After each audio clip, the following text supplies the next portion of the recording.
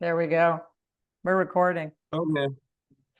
All right. Welcome to Positivity is the Way to Go. She is a former sports journalist and sports author, educator and foster mom. Welcome my guest today, Annie Montgomery. Thank Doing you for today. having me, Dion. I'm delighted to be here. Well, it's a pleasure having you on. I've been trying to get you on for a while now. I've been on the road, so it's been hard to pin me down because I'm in the Virgin Islands right now. Okay. Well, why are sports important? Why are sports important for who? For For like, anybody, like, for journalists, whatever, okay, well, sports for adults are an escape. We have everyday lives are not that very exciting, right? So sports give us a way to escape maybe the tedium and boredom of our everyday lives. But sports are extremely important for young people. Kids need to participate in sports. And in fact, the reason is because you learn business skills.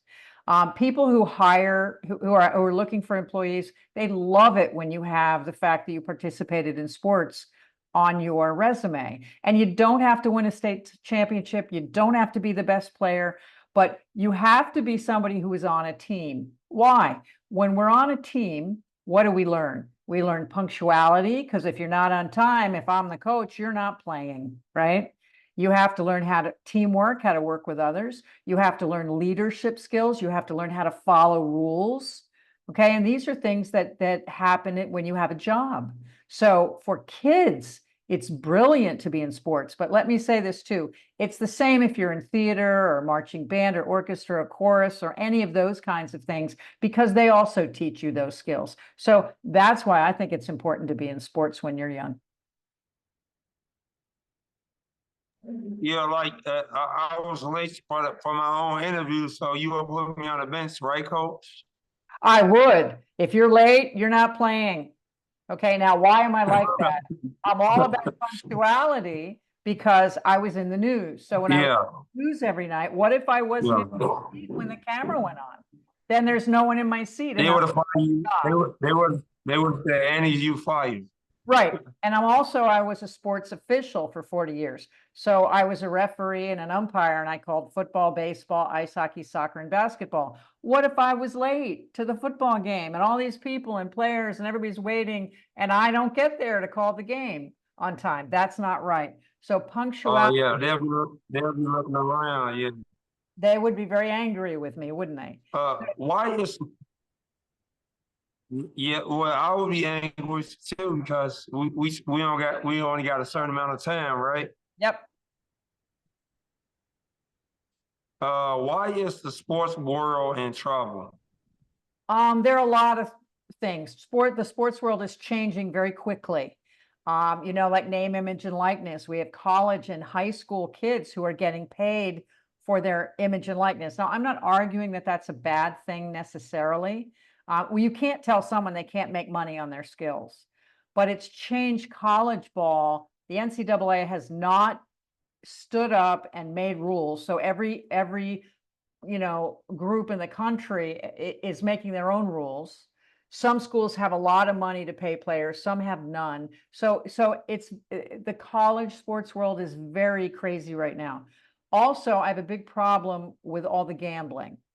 Um, Suddenly it used to be pro sports, college sports. If you gambled, it was horrible. Everybody said, no, you can't ever gamble. Now gambling ads are on all of these broadcasts, and they're telling young people, especially young men who are the ones that tend to get addicted to gambling. They're telling them that it's okay to gamble. Well, I struggle with that because there are going to be there already been a bunch of players who've been banned, who've been thrown out for a year or two, and they never put it on the front page of the paper. It's buried inside the paper. Like they don't want people to know that players are betting on their own games.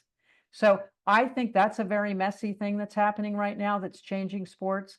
The other thing, and this is from an officiating perspective, is we can't get officials at the amateur level because it is such a miserable job. I mean, I've had my tires knifed after I refereed a baseball game. I've had to have police escorts to my car. I've had people scream and yell and spit on me. And this is difficult. Now, I'm used to it. I did it for 40 years, but young people don't handle it very well. So there's going to be a time that people take their children out to ballparks and there are not going to be any games because there's not going to be any officials. So that's a problem. So there you go. You got some problems in sports.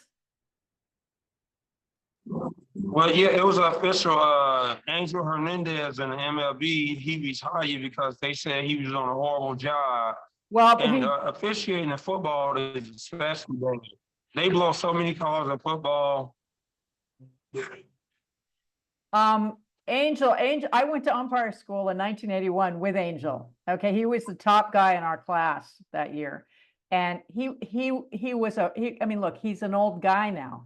He's been in, I don't know how long he's been in Major League Baseball. And he's not the worst umpire. He's just the one that people like to yell at. And I have a theory.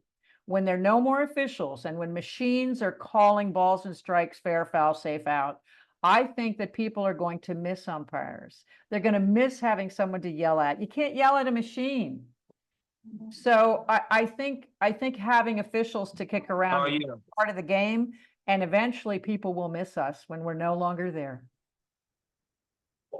Yeah, we like to kick you around, Annie. Yes, you do. I got another question. Do you still keep up with sports, and what's your favorite team, and who do you think is going to win the Super Bowl?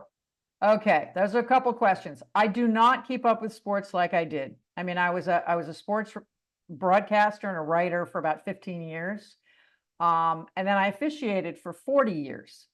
I covered most every sport there is. I've worked locally and nationally. I think, I anchored Sports Center at ESPN for a couple of years, and I don't follow it. Yeah, I don't follow it anymore. I mean, the only sport I really follow is football.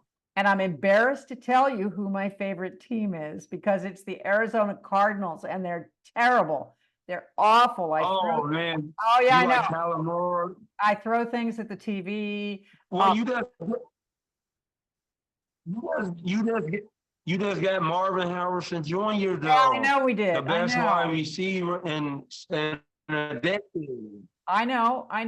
But I believe, I still want to watch the Cardinals. I was their beat reporter for 2 years. So I traveled with the team back when they first came to Arizona, and I enjoyed that. But really, football is the only thing I watch. Now, I will watch the Olympics when they come up in a week. I especially like Winter Olympics. I was an ice skater growing up, and in the summer games, I like to watch track and field, and I like to watch swimming because I was a lap swimmer for 35 years. So I do like those, but I don't on a regular basis watch football. I watched the Stanley Cup playoffs this year. I watch hockey, but it's not like it's an everyday part of my life anymore. I did it forever, and I just am not that interested anymore. Sorry if I'm disappointing you. It's okay. I didn't know you was on Sports Center. You was probably on there with Cynthia Burleson, right? Well, but see, I was way back in the old days when there were hardly any women. I was on Sports Center from 90 to 92. Well, now they got Hannah Storm, they got Elle Duncan, they got Linda Cohn. Linda replaced Cohn me. was like the OG of Sports Center. Okay, she replaced me, Linda Cohn. No, that's how old I am. And that's how old I am. I'm 69. I got one more. Go ahead. I got one more question. The interview was for 2 o'clock, but I'm gonna interview you again. All right, and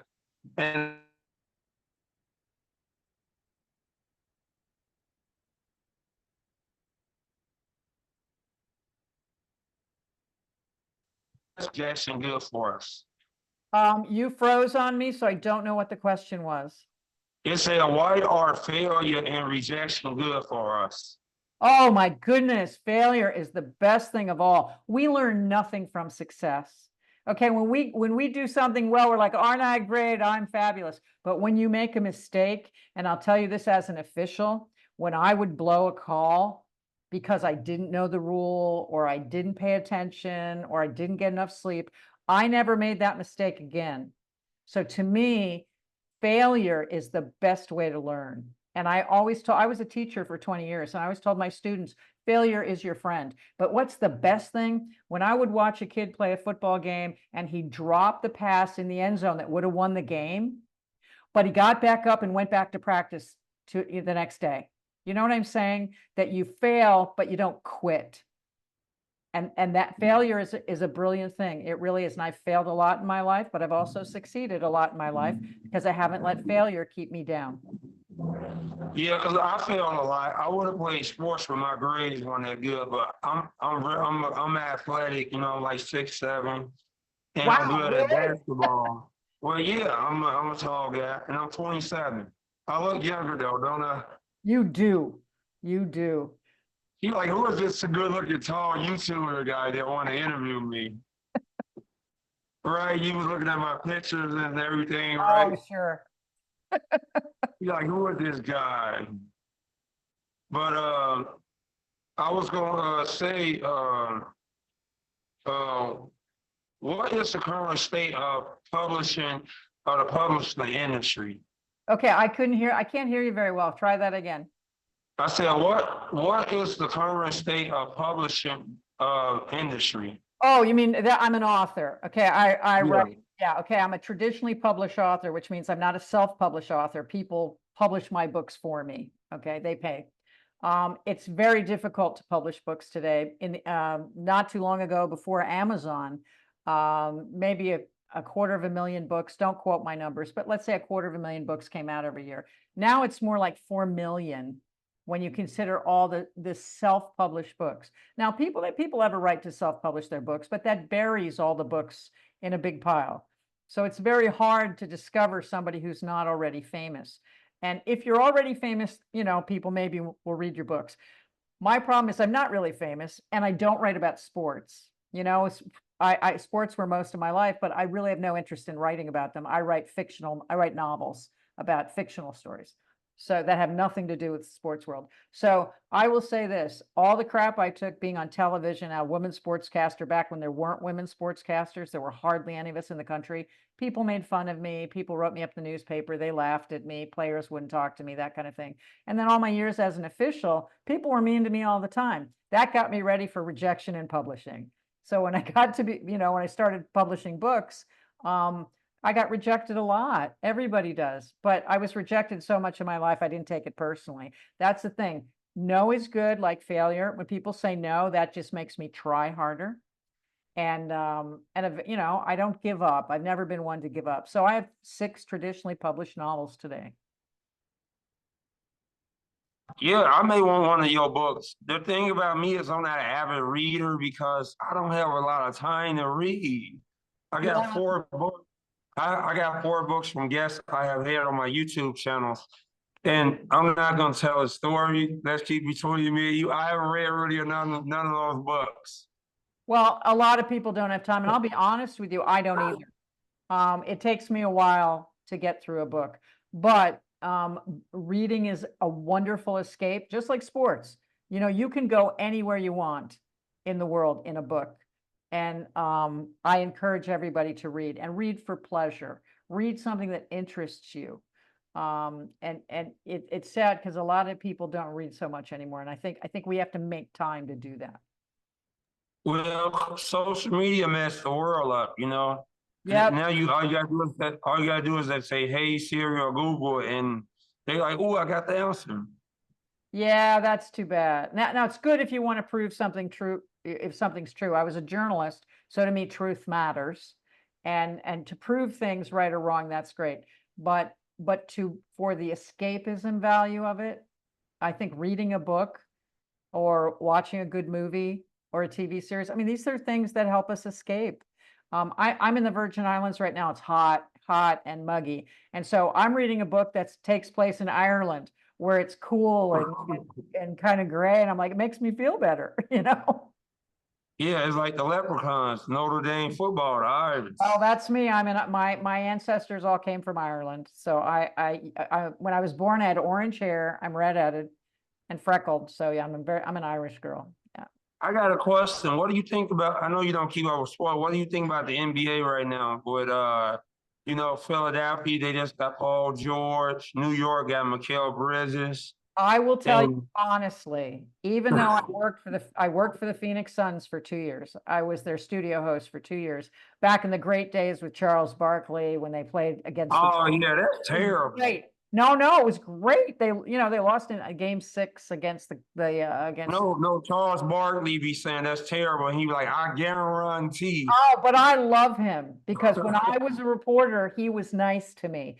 He wasn't mean to me and didn't ignore me because I was the only woman sports broadcaster that I was the only one there, but he was good to me and I will always be grateful to him for that. Now, I mention that because I don't pay any attention to the NBA anymore. I'm sorry, I don't. I think back then the media was like sexist. That's why they not want women. It's like UFC. UFC took a while to ingratiate women into combat sports, and then they had Michelle Waterson. She just retired, and she's the first women boxer in the UFC.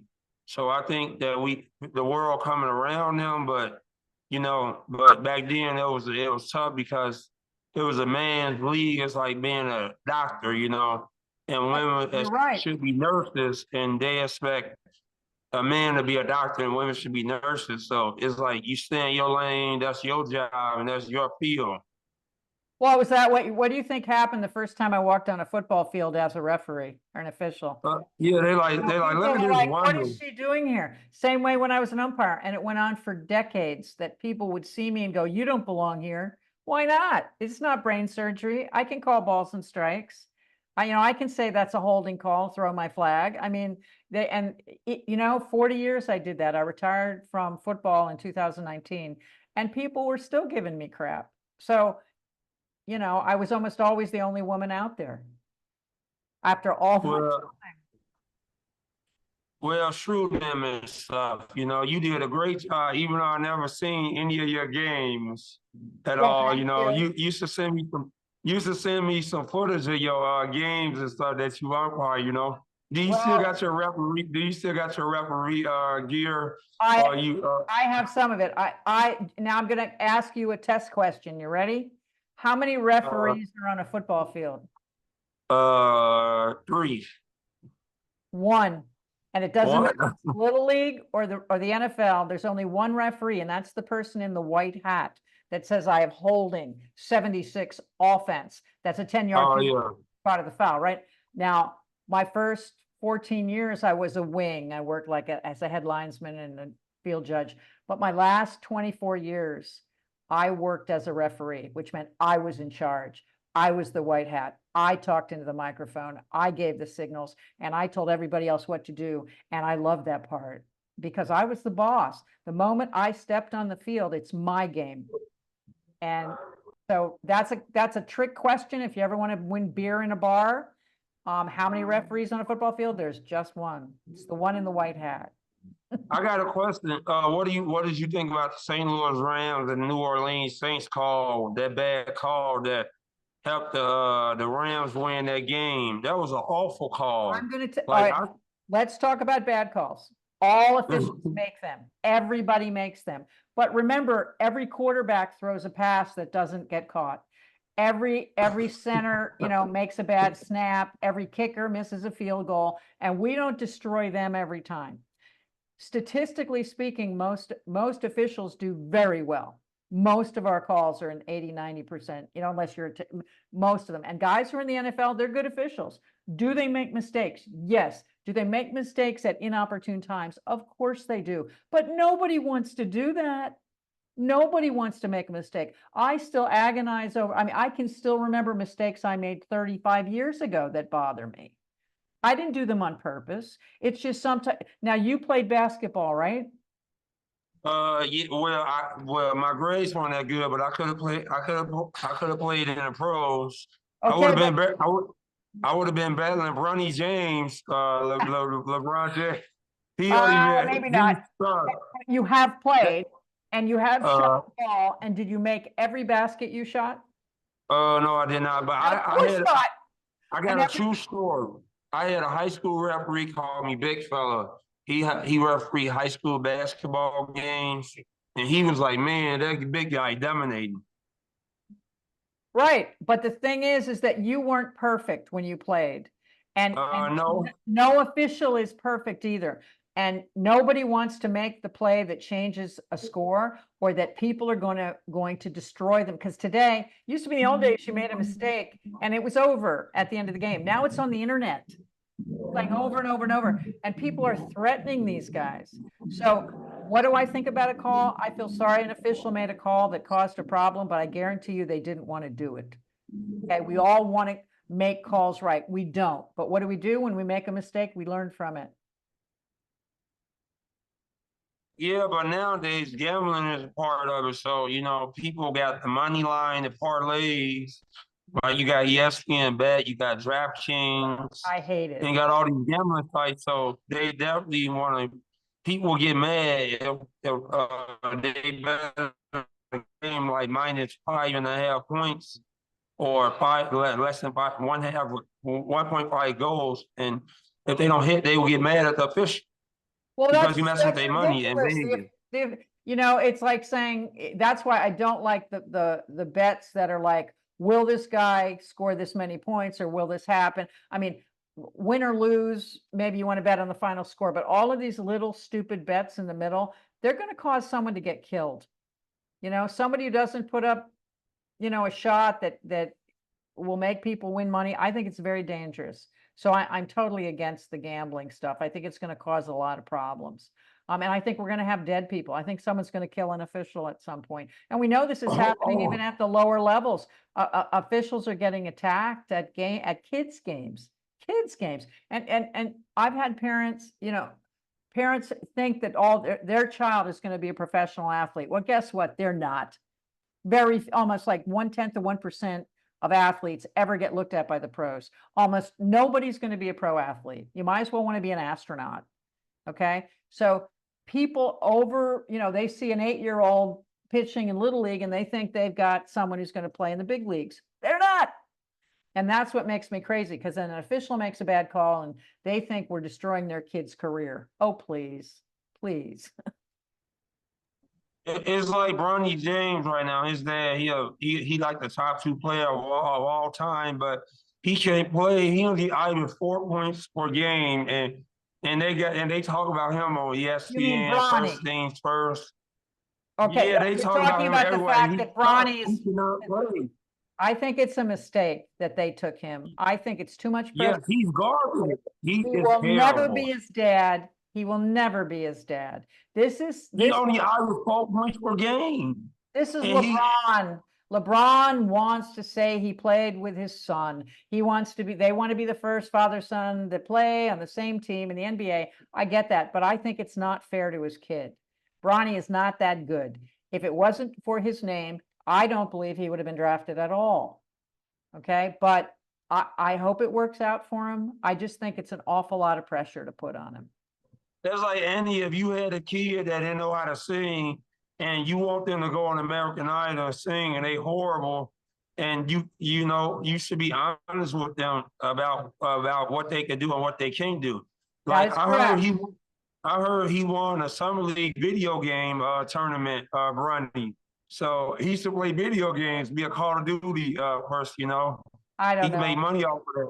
And they gave him a 4-year contract worth 9 years.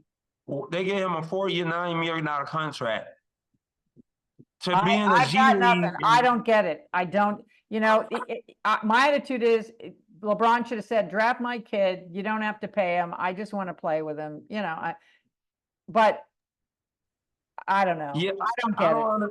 I don't understand sports today. That's nepotism, It's like my dad is in the league, so I want to play with his team, but that's stupid. You set him up for failure. Yeah, but if he don't the succeed, the Lakers, he ain't gonna be in the league. but they will get PR out of it. People will come to see father and son play. They'll make money. It'll be fine. But will the kid be anything? Maybe he'll prove us wrong. I don't know. I hope so. I just hope it isn't too much for him. He's a young kid. He had a heart. I mean, you remember when he had the heart problem. Yeah, cardiac arrest. Yeah, he almost died. And to put him under this kind of stress, I don't know. I don't like the idea, but I'm not If he was my kid, I would not do this to him, but he's not my kid, so. Well, I think that he ain't. I think his dad ain't win no another championship anyway. The Lakers ain't that good. They're a play-in team. Like Golden State got a better chance of winning the championship. The Curry guy, he got Well, a better chance of winning. I don't think he gonna win another championship. He should have well, wanted to go to Golden State or somewhere. The Lakers ain't winning nothing. They well, just winning PR. That's all.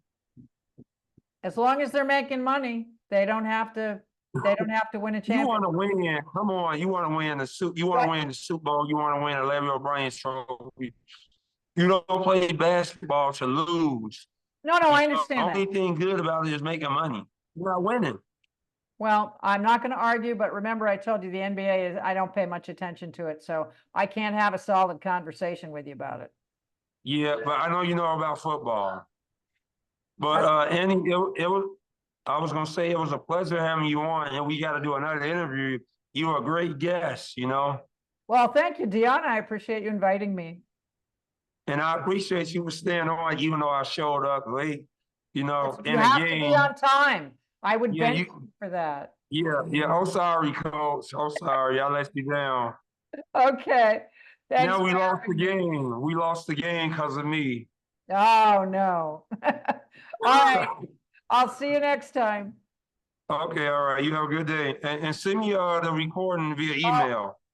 okay. I'm not sure how to do that. I'll give it a try. Is it just going to appear on my mail? It's gonna load and then you'll be able to send it to me.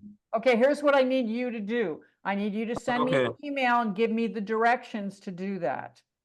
Because I don't know. Well, normally you gotta stop the recording. Stop record. Hold on. Do I hit end? Yeah. Hit end. Wait, pause, stop recording.